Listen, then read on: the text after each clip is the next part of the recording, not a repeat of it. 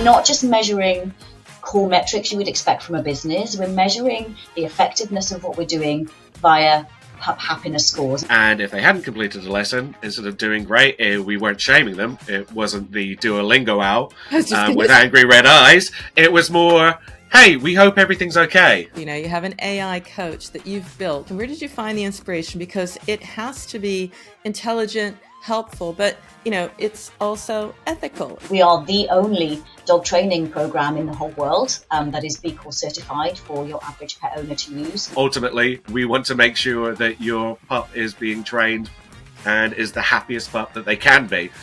Because if your pup's happy, you're happy as well.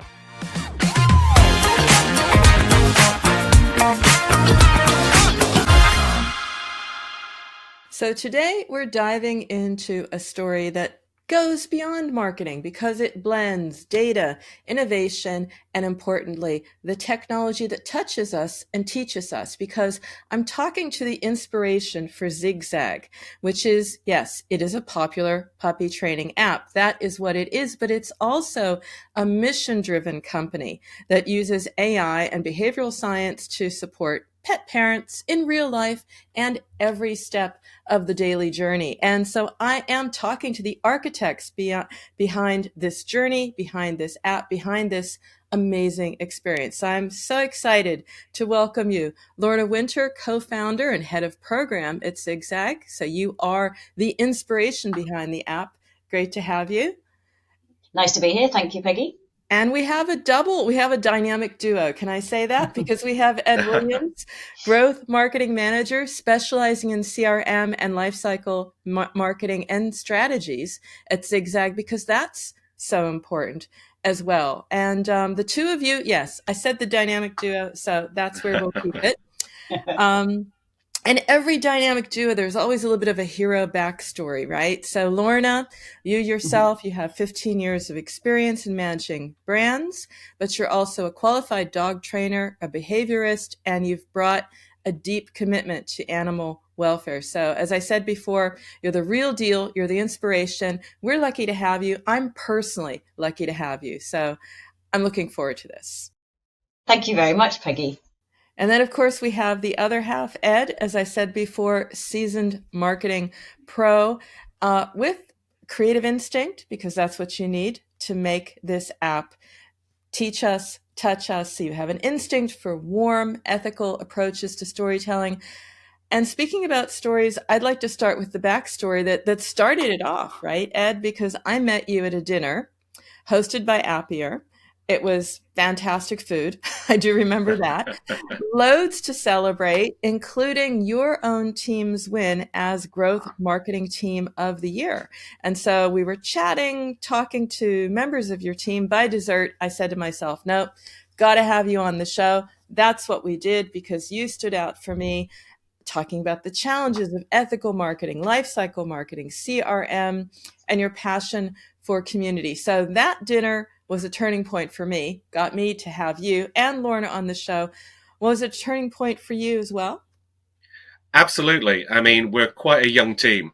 I've only been at the company for 2 years. Sam, our social media executive, who you also spoke to, is possibly, along with Emily, the most seasoned member of our team. So we were building everything from the ground up. Yeah, it was just great getting the recognition finally of all the hard work. I mean, we've been putting so much out there into the ether. And sometimes it's hard to see if what you're doing is the right thing. But it appears that from the recognition we got, and also the recognition we got from our users, that we appear to be onto something. And what were you recognized for, Ed, precisely? I mean, was it a certain campaign or just being like an amazing app and growing in a market that isn't easy, because of course you are a subscription app, right? Yes, we are. And we're also quite niche. Our users need to be onboarded at a very specific time in their puppy's life cycle. Essentially, you need to get somebody who is training their pup and is also looking for answers and is also receptive to the type of training that we give, which isn't always the case. There's a lot of people out there, I'm sure Lorna will tell you later, who think that there is a very definite way that you should train puppies. And that very definite way is about 20 or 30 or 40,000 different ways. It is the internet, after all. Yeah, and it can be completely off the mark. Absolutely. But no, we were recognized not just for one campaign, but for a series of things that we've done over the past 12 months. Sam and Kanya, my colleagues, had been working on engaging community in a much more organic way, but trying to find a way to turn that into something that could inspire other users to see that actually we're the real deal. We're not just after your money. Ultimately, we want to make sure that your pup is being trained and is the happiest pup that they can be. Because if your pup's happy, you're happy as well. Yeah, and we all are, in a sense, because it's about not just about the community, but I was really impressed how you're training AI to fulfill a very sort of human mission here as well. You know, it's about reducing the destruction of dogs through bad coaching and improving that through better education. Of course, so between the two of you, and of course your growing team, you have achieved 100% year-on-year growth. That means double. You've built a community. You have fulfilled or are fulfilling your mission, which is really admirable, about reducing, the unnecessary abandonment of dogs when people just give up because they've done it wrong. Lorna, that is in your camp. That is what you have been doing. You are the founder. Can you take us back to that founding moment? What made you believe that you could be part of the solution and that tech and AI could be part of the solution as well? So I think, Peggy, it started when I first became a behaviorist and dog trainer back in 2008, I think it was. And that's when I kind of really started to join that community of trainers and behaviorists and hear what was going on and get involved in that world. But then I saw, as time went on, that things didn't seem to be getting any better, despite everyone trying so hard and working so hard to put out the right kind of training, working one-to-one with people. So then I had there was a friend of mine actually, and we've been talking about this for a little while. How can we get the message out there to more people? One, the importance of training in the first place, because I think we seem to have lost that kind of, I would say, very practical, obvious, I suppose, cultural thing that we had, which was if you get a dog, you need to put a bit of work in order for that dog to be able to cope with living in your family. We were just thinking, my friend and I were just thinking, well, surely there's a better way to do this. So we started looking at, what are the pain points people are really struggling with? How are people living their lives today? How are they searching for information? What are they thinking about when they're embarking on this incredible journey to get a new dog?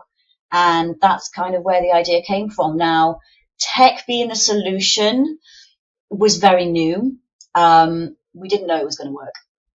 In all honesty, we had no idea. Are people going to embrace it? Is it going to work? Can it do the job? And I think the pandemic was an interesting phase to go through because I think there was a lot more tech development at that point. I think it also encouraged people to consider tech in a way that they hadn't done previously. So it broke down pretty much overnight a lot of those barriers that maybe would have existed. But it's still been a bit of a slow journey to get there, particularly when we're talking to the professionals in the community. And even like Ed said, your day-to-day average person who's going to get a dog, they don't intuitively think, oh, I can train my dog using an app. So the awareness piece, the messaging piece is super important to us in terms of getting the message out there that this is a solution. This is one of the tools you can put in your toolbox and it can do the job. So yeah, it's definitely been a journey. And you've got this, first of all, really cool name, I think, Ziggy, right? So you've got Zigzag and you've got Ziggy. And it just sounds like it's going to be friendly from the start. You have an AI coach that you've built. But how did you get the inspiration? Where did you find the inspiration? Because it has to be intelligent, helpful, but, it's also ethical. It's about really teaching and answering real questions. This isn't a chatbot like the one I get when I'm trying to shop, No. This is the real deal. Yeah. So for us, the inspiration came from our users, actually. So we talk to our users a lot. We get a lot of feedback all the time. It's important to us to make sure that what we're doing works. And if it's not working, what can we do better? So we have a service in our app where they can talk to a live human training coach via instant chat. It's a very unique service. And what we were finding was that not as many people were taking that up as we were hoping, even though they'd paid for it as part of their subscription. So we wanted to understand why. Why would you not want to talk to a training coach? And it turns out that they didn't want to bother them with their questions because they felt that some of their questions were just a little bit too small, weren't that important, which is obviously not what we're here for. We're here to answer all the questions. So we came up with the idea of, okay, is there an alternative solution where we can break that barrier down where they're worried they're going to be bothering an actual real person? And hence we thought, could AI help us? But it was so important to us as a business that it isn't just a random chatbot. This has to be an AI that was trained and coached by our actual training coaches. So we have worked really hard to build Ziggy, to make sure that because in my mind he's a he because he's called Ziggy, to make sure that he does provide the ethical and right type of training support. And we quality check him on a regular basis. My training coaches are involved in that quality checking, and we're constantly optimizing and updating to make sure that he is doing all the right things that we want him to do for our users. And you're constantly improving the app as well, right, Ed? I mean, you have to tell us about product features. You have to show that you're supporting everyone, because the chat is, Ziggy is supporting us all, but then there's like individualized training journeys and problems or questions that are just about, one specific sort of scenario. How do you do that? How do you bring your values across when you're at the same time trying to be individual, but in a way mass at the same time? Well, I think we've really lucked out with our engineering team and our product lead, Jack Mitchell. The insistence that we store all of our data in a really easy to reference and manageable way makes creating CRM programs and personalized training journeys essentially absolutely painless for somebody working in marketing. I mean, no two training journeys are the same. You could have somebody with two separate dogs, but there'll be different breeds, different ages. One of them will be a rescue. The other one would have come from a breeder. Now, all of these things have different potential challenges and different touch points. So you can't just scatter gun shoot messaging and hope one of them sticks. You have to test and find out at what stage in this puppy's development would they be receptive to these certain lessons. What time does this person usually use the app? If we send them a message at 9 a.m., are they going to read it, or do they prefer to do their training at 4 p.m.? If they've got a toy dog, they're obviously going to be eating a lot less food than one of the bigger dogs. Also, they'll be maturing into adolescence a lot sooner.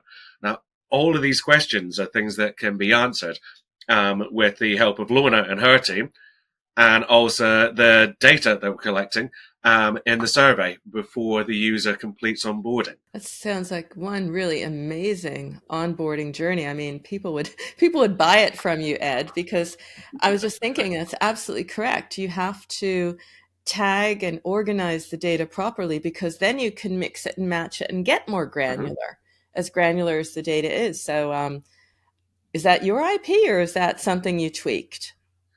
That would be Iterable, our customer relationship management system. Also, Pierre, our data scientist, is great. He's the one who makes sense out of the noise, tells us what we should be looking at, what we should be keeping, how we should be storing it. And then we have Steve-O, the head of engineering and our security compliance officer, who says what we shouldn't be keeping, where we should be storing it. Basically, the ethics runs all the way through the company, from the foundations of the app all the way to the way that we look at and keep your data. If we're storing something that we don't need, we're not keeping it. it's essentially getting deleted at some point. That is so inspiring right there. First of all, we know it can be done because you're showing it. And we know it can be done in an ethical way because you're showing that as well. So high five to Pierre and your team, because that is not easy. I talk with a lot of marketers, and getting that message right, getting that tone right, that is the challenge. But you're working on that one, and you're overcoming that. And you're also reinventing, I think, in a way, Lorna, what an app in your genre needs to be, because you're a subscription app. Yes, have to make money. That's the whole point. But you're not acting entirely like one. You've pioneered what you called, when we were chatting before, generous marketing, which is like not throwing people out of the app and also not hounding them if they want to leave it either. Yeah, exactly. I think, look, we're a very mission-led company. We all feel very strongly about that. Yes, as a business, you need to make money in order to develop the product and to pay for the people who are developing the product. But that's ultimately, we're not in it to make loads of profit. We're here for a very ethical mission. That mission is to try and educate as many people as we can to prevent those undesirable behaviors that are the reason why people are then relinquishing their dogs into rescue, or the reason why those dogs are ending up being put to sleep at vets because of those behaviors that they can't manage. So for us, the more that our product can get into more hands, the more likely we are to be making a difference. And I think for us, that's the real heart of everything. We want to make a real societal impact. This is why we're really proud that we're a B-Corp Certified company. We are the only dog training program in the whole world that is B-Corp Certified for your average pet owner to use. And that isn't an easy process to go through, as you may know. It's there's an awful lot of work that you have to go through from the ground up to prove that you're doing business for good. And that's what we're about. We're here to basically prevent those dogs being relinquished in the first place. And that comes from all the work that I've seen with my behaviorists and trainers around the world. We're all struggling with that same problem. So we really wanted to help. B-Corp Certified, what does that mean? What does that entail? I mean, you said it's a difficult process. Maybe you can unpack that a little bit, Lorna? Yeah, so B-Corp is basically like a movement, and you join that movement and you go through a certification process that they have. Now, the certification process looks at every single aspect of your business. So it's looking at what you do with your customers. It's looking at what you do with your people internally. It's looking at sustainability. It's looking at every single part of what it takes to run a business. And you have to meet a certain score in order to get that certification. Now, we absolutely smashed that score in our first year, which we were really, really happy with. But it basically means that you have to embed all of these as part of your culture and your day-to-day working, which we had done anyway. We just hadn't necessarily processed it all, written it down. And that's what B-Corp helps you to do. It kind of helps you structure things in a way that when you're thinking about hiring people, you're hiring people in the right way. So we do a lot of work. I know Steve-O does a lot of work with very young students coming out of into their first role, especially women in tech. This is something that Steve was very passionate about, and he works hard to look at how we can enable more women to come into the tech world. So we're looking at areas like that in terms of recruitment and diversity. We're also looking at sustainability. How do we operate our business? We're digital, but with digital and particularly with AI, there are certain areas that could be improved, and we're looking at how we do that every year. So for us, it's a start. We've only just become B-Corp Certified, but ultimately it is a movement that is about being a business that is based on doing good things and having a good societal impact. And that's what it's all about. And it keeps you on track. At a level, that's also, as you said yourself, keeping you on track. So what happens is that, you are always then aware of what the customer wants. Not that you weren't before, but then this is sort of like, this reinforces the mission. It's great to have a personal mission, but it's another to make that part of the company culture. And I think that's what you've done here, and keeps everyone on track. It's like a North Star metric for marketing, exactly. But this is an ethical sort of compass for the company. So it's really impressive. I think for us, it was really a way to help us keep that mission at the heart of what we do, no matter who is in the business, who comes and goes. We've always got that ethical mission-led approach. And having that B-Corp certification, as you say, it keeps you on track, reminds you all the time that is what we're here to do. And just making money in order to fund that mission is what we're about. I mean, you are nailing it, because, double the growth, customer loyalty that is off the charts that we've talked about as well. But how do you know and sort of reinforce the right way of doing things, the effective way of doing things? Because that comes down to KPIs, in a lot of companies that's, ROAS or whatever you're looking at, but you're looking at something different. So what are the validating numbers along the way? Engagement, really. Lesson completions. Okay. I mean, one of our North Stars is task completions. Mm-hmm. So if a person is using the app, then they're doing it on a regular basis, then that means they're getting some sort of benefit from it. Mm-hmm. If they're not, then we have to start looking at what tasks are they being served. Do we need to make a couple of tweaks to our lesson structure? Is there a new set of lessons that we could present to them that could be helping people? I think the separation anxiety app was a great addition to our tool set last year, and that Lorna, rightfully so, recognized that separation anxiety was becoming quite a big issue for a lot of people's pups. I mean, it's post-COVID. People are going back to work. They've got this dog that they're looking after, and now they have to leave them at home, potentially on their own for the first time in ages. That's going to have behavioral repercussions. What are people going to do? They're going to look for their training app. We have to make sure that there's something there that actually addresses the issue and could potentially point them in the right direction for how to help them through this, which something that can be, quite rightly, quite heartbreaking thing to see happen with your dog. I think just to add to how you're evolving that, Lorna, is this because you yourself, I mean, you're obviously animal lover, animal welfare, committed dog lover. We see Ed also, pictures of dogs, I love dogs too. I mean, I'm a pet I have three of them lying on the floor here, though. I'm just hoping they will stay asleep right now. Really well behaved, I have to say, because there's no sound here, so it's working. Yeah. It's working. I think I would add to that. So engagement is really important, whether that's task completions, whether it's having a conversation with a puppy coach. Engagement is fundamentally what we're looking at in terms of success with our app, because if people are not using the app, they're not getting the education and we're not able to help them. If they are using the app, then at least we're having those conversations with them. So we also, at the heart of what we're doing in terms of tracking, we track pup happiness. So we've been working with the University of Lincoln for the past 2 years in collaboration on academic research. And one of the areas we were looking at is that relationship and that bond that people develop with their dog, because we know that quite often when there's these undesirable behaviors, the reason that relinquishment happens is because there's been a breakdown of trust within that bond. So if we can help keep those relationships strong, even if there are then some behavioral issues like separation or something else, the relationship is strong enough to cope, and they might go and seek extra help and they might work through it rather than maybe relinquish that dog. So we've actually worked with Lincoln. We've just published 2 research papers actually in the last month. One of those is around the efficacy of Zigzag and how well we're doing in preventing those behavioral problems, which was super exciting to be able to see, because we didn't know at the time that was going to be the result. You hope that's the case. And the second one was actually when we were analysing all the data, we realised that problem behaviours don't develop in isolation, they develop in clusters.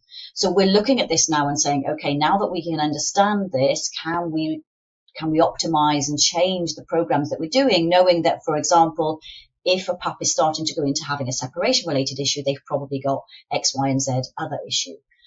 So how can we maybe adjust their journeys and their paths to help prevent those from happening? So we're not just measuring core metrics you would expect from a business. We're measuring the effectiveness of what we're doing via pup happiness scores. And with pup happiness scores, we've taken that from previous academic research, combined it together into a very simple pop-up modal in the app where people can rate how they feel about their dog and how they think their dog is feeling. And then we track that pup happiness over time.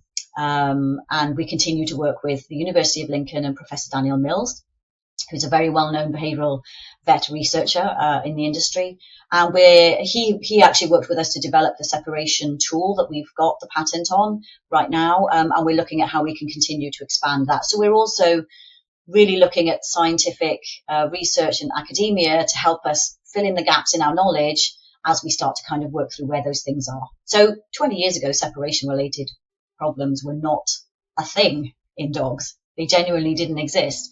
So this is new, and there's no research. So we're working with Daniel and the team to look at the research that's in place, try and help fund new research, and then take the results of that research and pull them back into our programs to make sure that we're keeping at the forefront of science. So yeah, we track engagement and happiness alongside your typical core metrics that you might look at as a business around, I suppose, downloads and revenue, for example. I love that, the happiness, looking at that, because that is what this is about. And we've been talking about how it combines, tech and AI and humanness. And looking at the numbers, I mean, Ed, little wonder that you got the awards you did, and you're probably going to have more in the pipeline, because you've got lesson completions up 40%, retention up 16%. I mean, those are massive numbers. People are usually happy if they're looking at single digits. You've got double digits, and incredibly, I think, all of this learning, all of this authority behind the app that you said yourself. Once you get the message out, people just buy into it. But what are you doing, or what is your team doing to reach and maintain these heights and this momentum? I think one of the important things that we've done is learning from the other industries that we've worked in. I mean, retention campaigns or win-back campaigns, we've all seen them. They're usually abandoned baskets, or as soon as you hit cancel on something, you get a message saying, hey, we're going to give you an offer right now. They don't really address the reason why somebody might have cancelled. And so we thought we'd go for it in a slightly different way, which was we send them an email from Lorna, where Lorna admits herself that you might be one of these people who's just hit cancel because you started a subscription, you've got a terrible memory, and you've just gone, bam, cancel. However, if you need to talk about anything with dog training and we can help, feel free to reach out at any point. Wow. At no point do we mention renew your subscription. Wow. It's more a, hey, come and chat. We're always here for you. We hope you found everything you looked for in the app. But if not, basically, give us a call. What happens then? Because it's almost like you're giving so much that I would, it's very different than those sad emails like, we're sorry to see you go, and trying to guilt me into going back. I can imagine this is really human, as I said, very real, like yourself, Lorna. What happens on these calls, and what happens as a result with your win-back strategy? So I would say, firstly, the response to that email, I suppose in early days, we used to get a few more, but they come through to us to the customer services, which I still manage. So it's me that's answering every single email that comes into the business. Wow.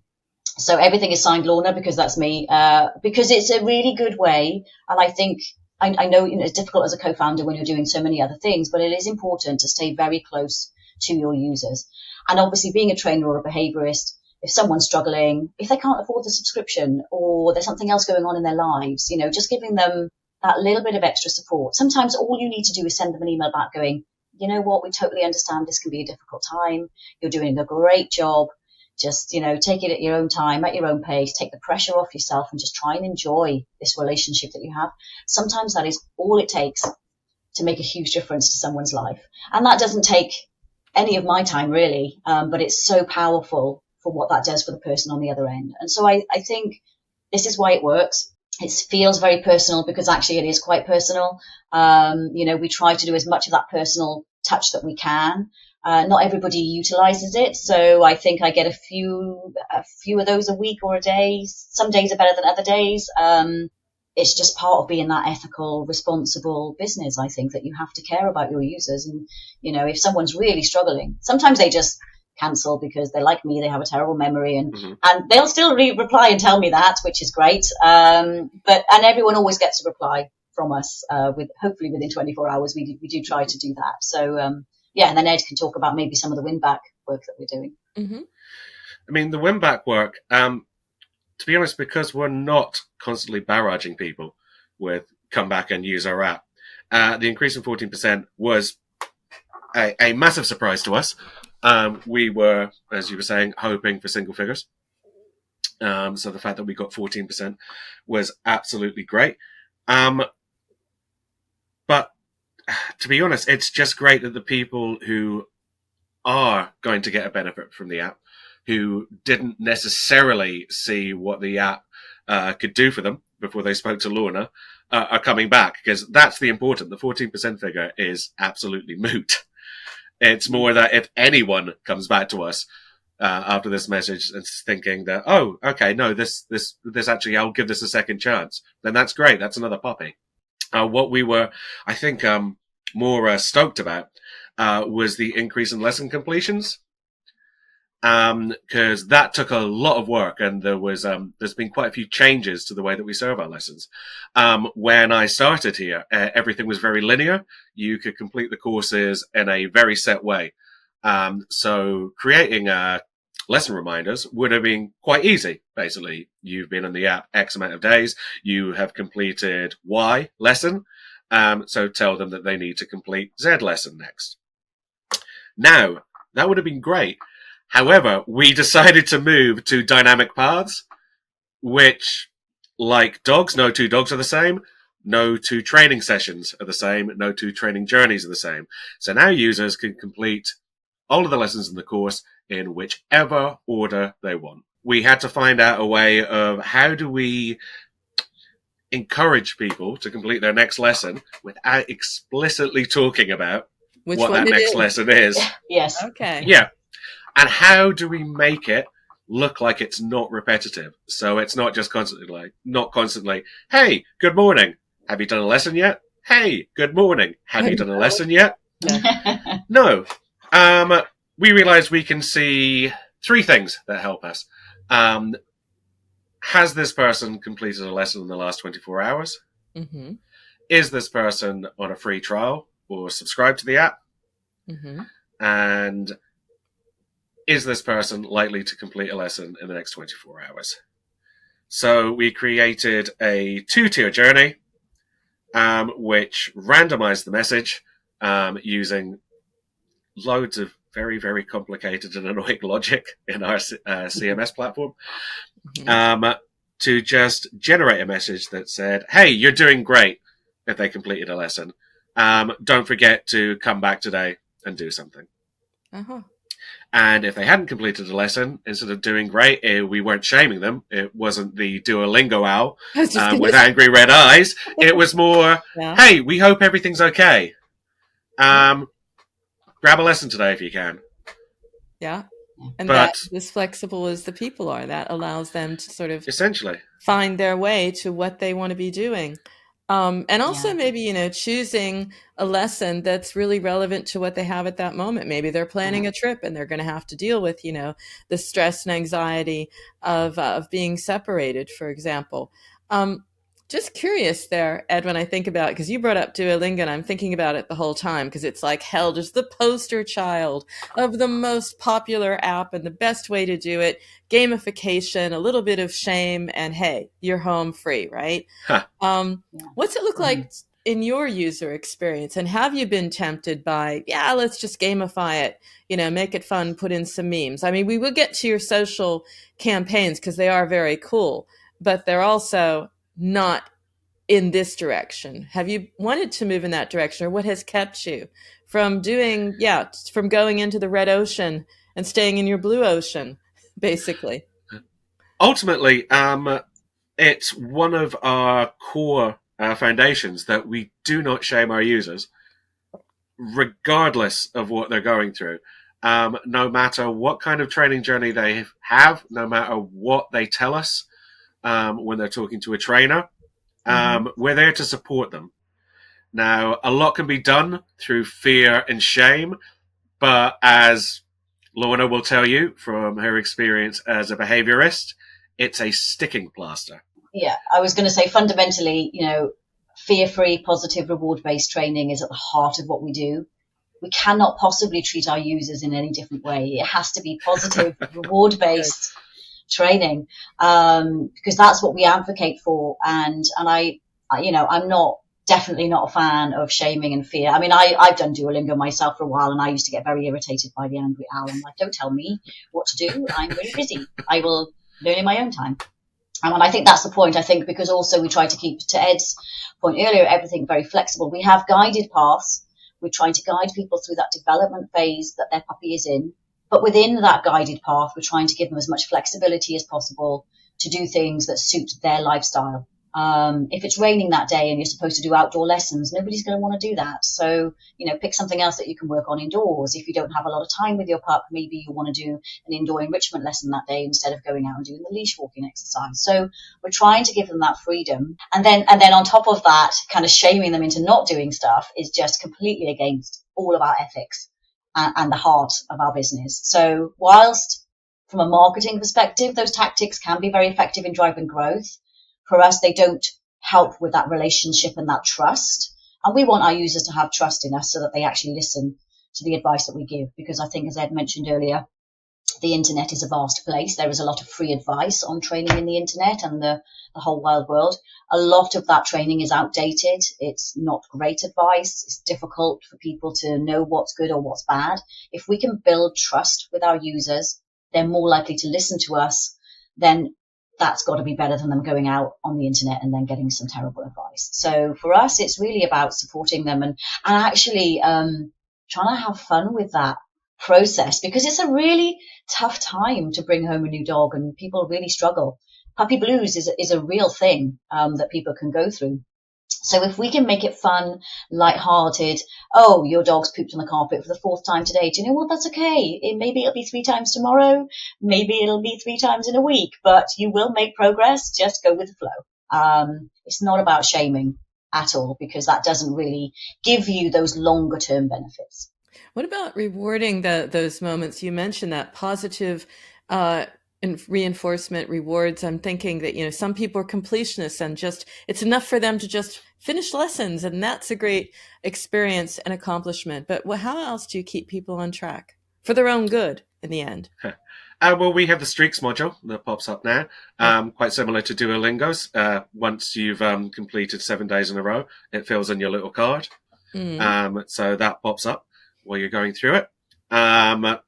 We're always complimentary when people complete a lesson. I mean, we're not complimentary when they don't. And also the community does a really great job of keeping everybody, focused and encouraged.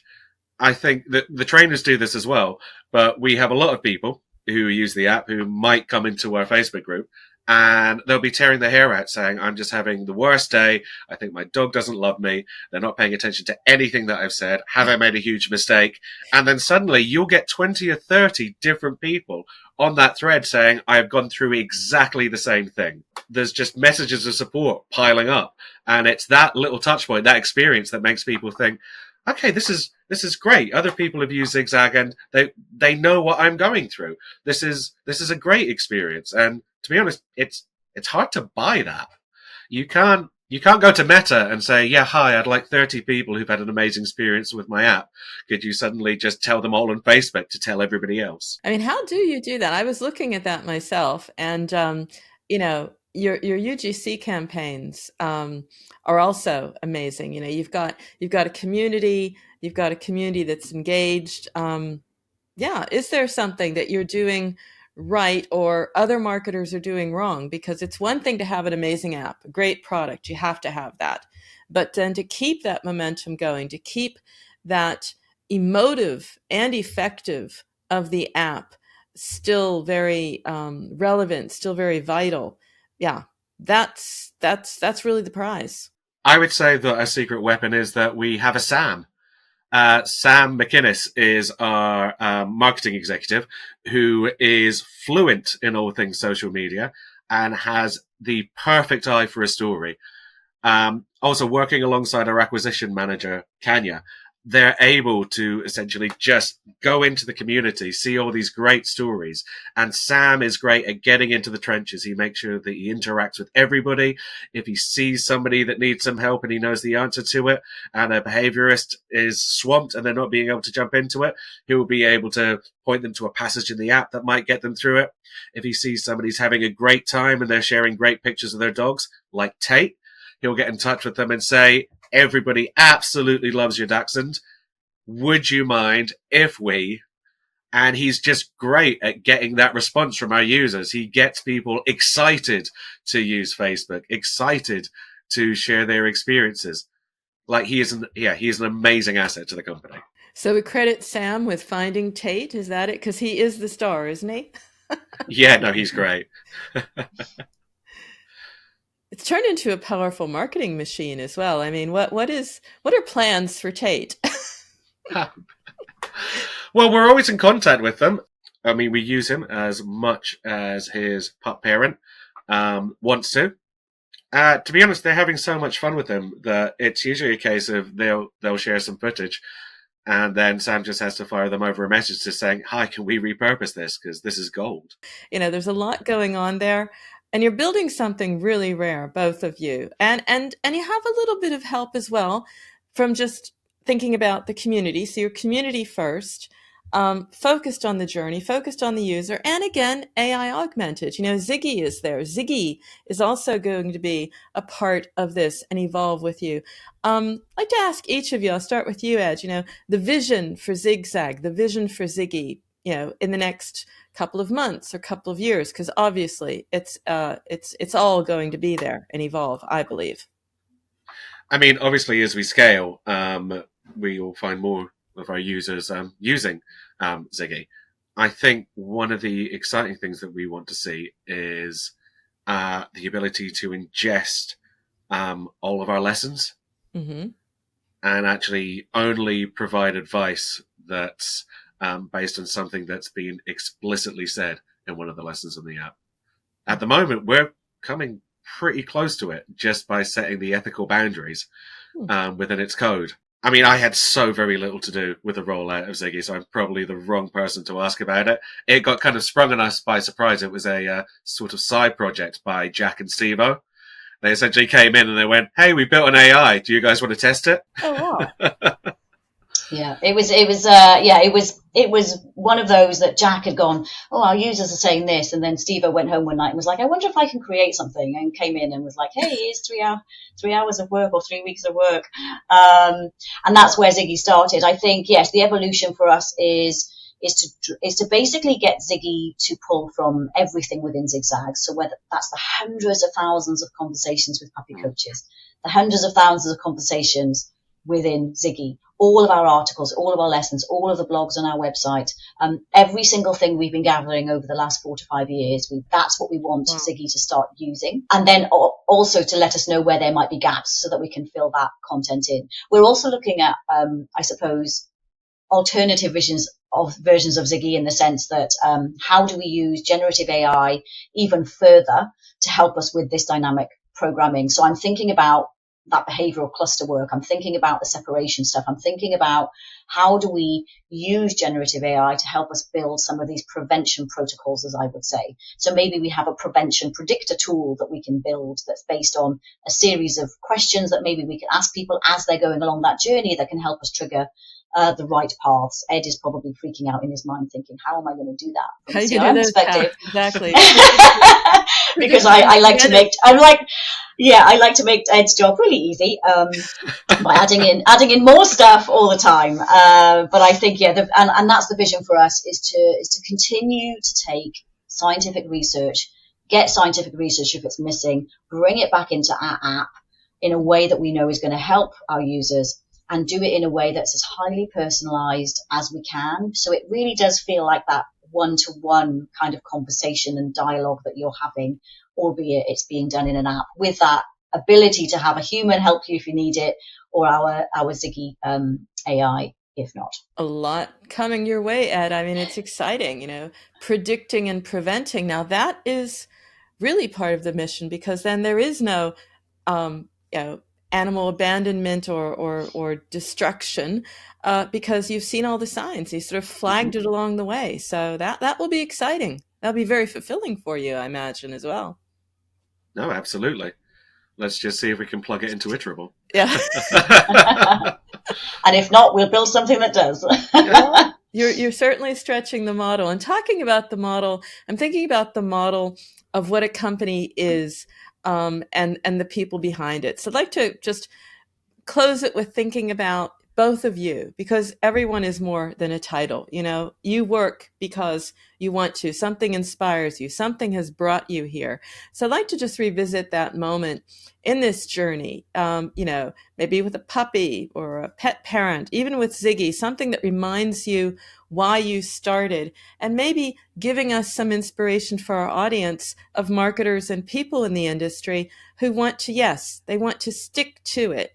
And find some strength in this, find some inspiration. I'll start with you, Lorna.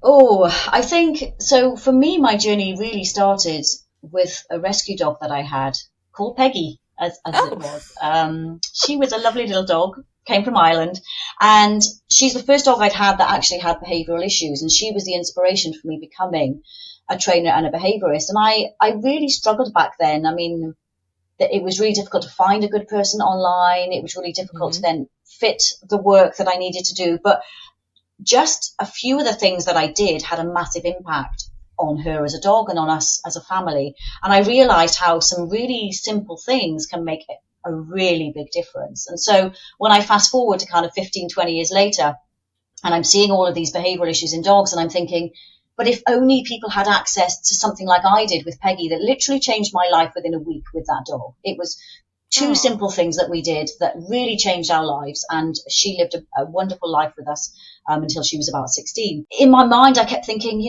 people are not having access to this. It's difficult for them to find people. It's difficult for them to find people maybe in their area at the times that suits their lifestyle. So for me, that's the passion that really drives me, is how can we ultimately prevent these issues from developing, because world is getting harder, people's lives are getting busier, education on the requirements for training a dog seem to be falling down the list. It's almost like it's an afterthought. Oh, I actually have to train this dog. And also I think from our point, it's fundamentally not about training per se, it's about life skills. So what we're trying to teach people is life skills for their dogs, and how those dogs can fit within the family environment that they have. Everyone has a different idea and a different role for how that dog is going to fit into that family. So how can we support them in building the right life skills? I'm not that worried if someone's dog can't sit or do a down. That's not the interesting part. The interesting part is, can you take that dog to a cafe? Can you take that dog in a car journey without it getting stressed or worried? Can you leave that dog home alone if you have to pop out and do the shopping? Those are the things that we're really trying to help. And I think that's because those are the struggles I see every single day with the behaviorists and the trainers that I'm working with, and with a lot of the clients. And that's the passion and the motivation that keeps me going. We have to be able to do better. So that's it. That's first of all, that's beautifully put. And that means many, many journeys to that goal. So I think that comes to you, Ed. That's her goal. That's what keeps her grounded and centered. A similar question to you, because it's not just a moment in the journey. It's reminding you why you started and why you're building the journeys you are. So again, the same question to you. What was that moment? Okay, well, I came to Zigzag before Zigzag, I was at a very low point in my career. It was post-COVID. I'd been made redundant after working in the entertainment industry that disappeared overnight. It did, yes. And I was working for a company that was in complete opposition to all of my ethics, and culturally was completely alien to me. And then I saw the job advert for Zigzag, and the first thing I thought was, oh, great, it'd be quite cool working for a dog training app. And then when I started working with them, I think the way that I describe it was I was a little bit like a rescue dog, a little bit wary, just kind of waiting for the bottom to drop out at any point, because I'd read their material, I'd met them several times, and I was thinking, this can't be real. Like, no company can actually function like this. And when somebody says, oh no, we're a bit like a family, I mean, if you've worked in startups before, that usually sets off red flags. Yeah, I agree. However, they walk the walk as well as talk the talk. And the fact that all of that runs through every single department, it's just a massive eye-opener. And it makes coming to work easy.